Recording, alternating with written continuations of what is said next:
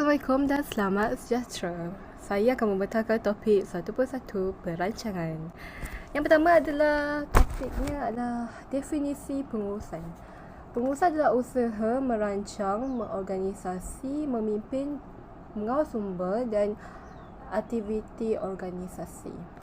Huraian kedua adalah memastikan kesemua matlamat organisasi yang telah ditetapkan dapat dicapai. Contohnya, kita menetapkan visi dan misi dalam sesebuah organisasi perniagaan.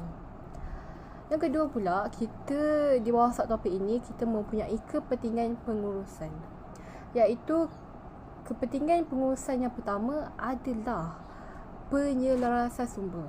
Iaitu disusun dan diagihkan penggunaannya kepada pekerja. Seperti, contohnya, jurutera menjalankan kerja teknikal di kilang. Kedua, penggunaan sumber secara berkesan, iaitu mencapai matlamat yang telah ditetapkan. Sebagai contoh, sasaran jualan dapat dicapai.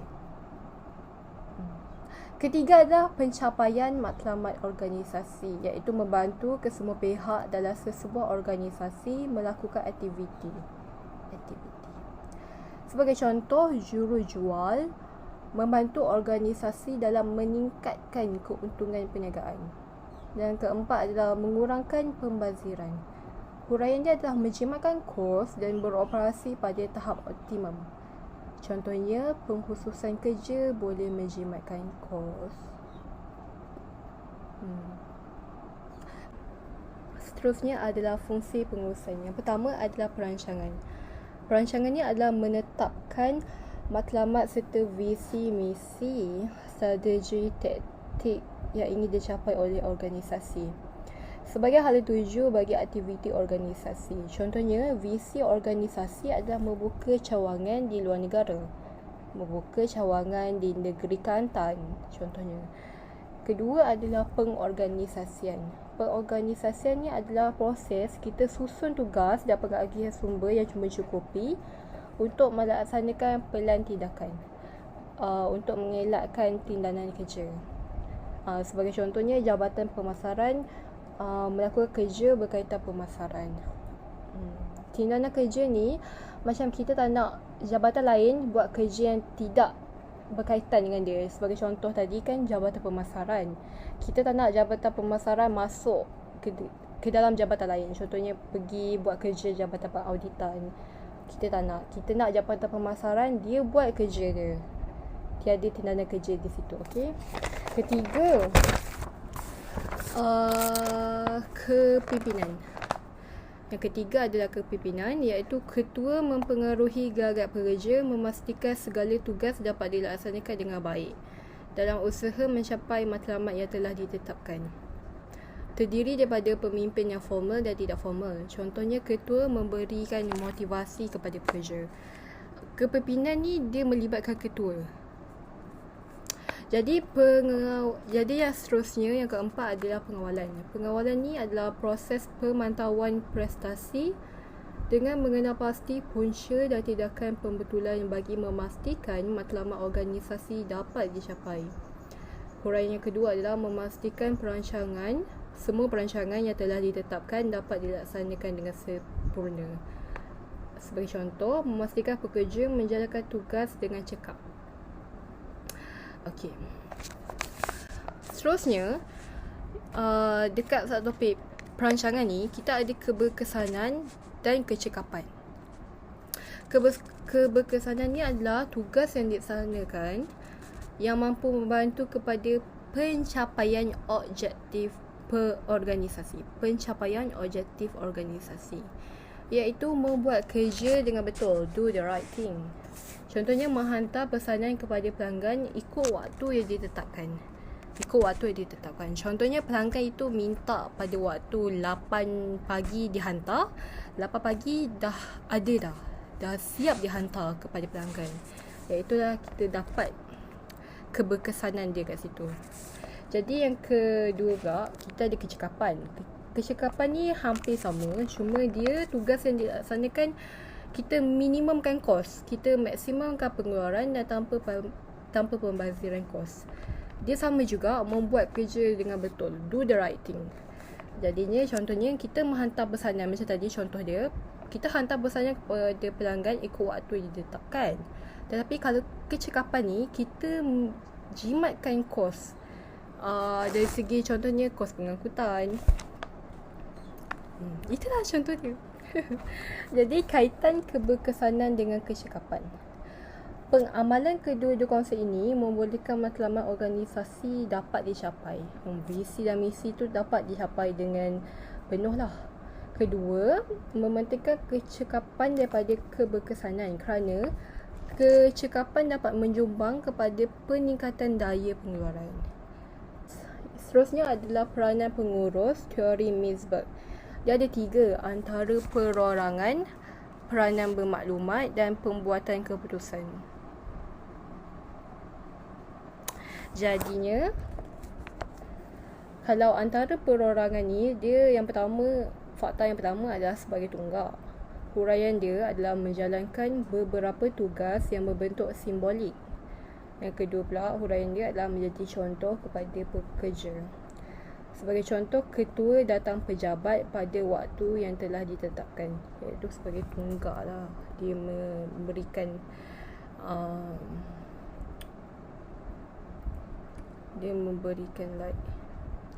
dia menjadi role model. Sebagai tunggak ni macam lebih kepada role model. Yang kedua adalah sebagai pemimpin, iaitu mengarah, mengkoordinasi, memberi tunjuk ajar, memotivasikan guru-guru dan staf sokongan melaksanakan tugas.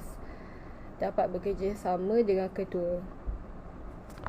Contohnya, memberikan ganjaran kepada pekerja yang mencapai sasaran. Macam tu lah. Okey, yang ketiga adalah pegawai perhubungan. Mengekalkan hubungan jaringan, networking, sama ada di dalam atau di luar organisasi. Huraian kedua adalah dapat membantu meningkatkan imej organisasi. Contohnya, sedia berunding dengan pihak pembekal. Kalau peranan bermaklumat pula, kita ada 3 fakta. Yang pertama adalah sebagai pemantau. Pemantau ni tindakannya mengawasi perkembangan di persekitaran dalaman dan persekitaran luaran. Dia mengambil tindakan segera jika ada berlaku perubahan persekitaran. Contohnya, dia membuat keputusan meningkatkan pengeluaran jika berlaku peningkatan permintaan. Kedua adalah sebagai penyebar. Penyebar ni adalah menyampaikan maklumat kepada para pekerja. Semua pekerja boleh mengambil tindakan berdasarkan maklumat terkini. Contohnya, maklumat tentang strategi pemasaran atas talian boleh meningkatkan jualan. Ketiga adalah sebagai jurucakap. Menyampaikan maklumat organisasi kepada pihak luar. Maklumat penting tentang perniagaan dapat disebarkan kepada pihak berkepentingan dengan tepat dan cepat, iaitu menghibahkan kelebihan produk terbaru kepada pelanggan. Seterusnya adalah pembuatan keputusan di bawah teori Meisberg ni. Iaitu pertama, fakta pertama sebagai usahawan. Usahawan ni mewujudkan idea baru yang optimis, kreatif dan inovatif untuk membangunkan organisasi. Kedua, dapat membuat tindakan bersesuaian dengan perkembangan semasa. Contohnya, membuat keputusan memberi perkhidmatan selari dengan cita rasa pengguna. Kedua adalah sebagai penyelesai masalah. Penyelesai masalah boleh membuat keputusan terbaik dalam membantu pekerja menyelesaikan masalah. Kedua adalah boleh menggunakan alat keputusan yang sesuai. Contohnya, menggunakan graf garis untuk meramalkan trend jualan pada masa depan. Graf garis.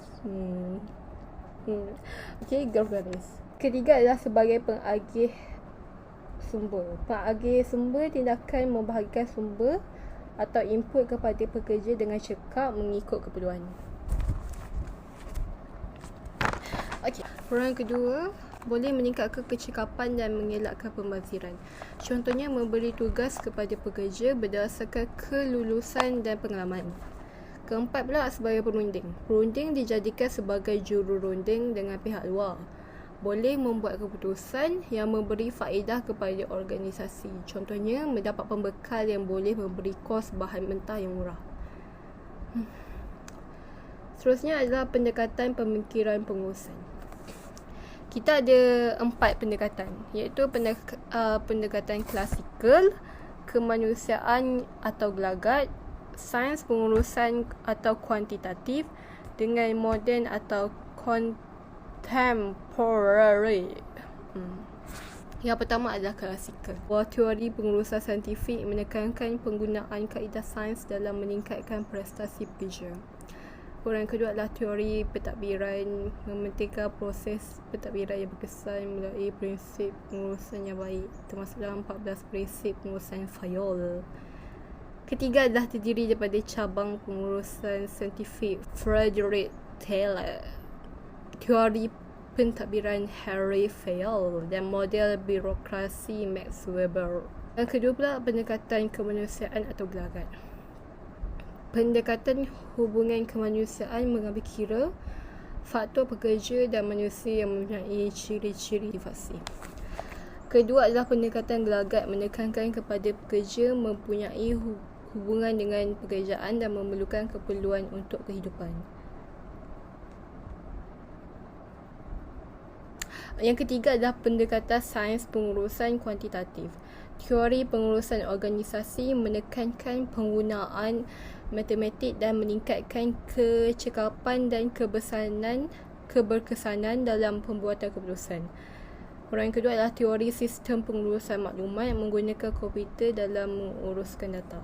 Okey, yang keempat pula, iaitu pendekatan moden contemporary.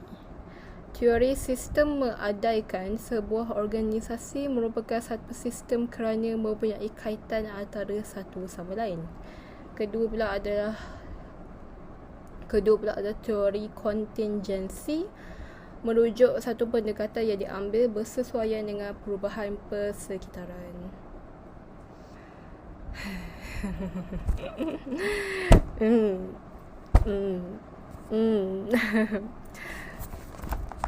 Sekian daripada saya.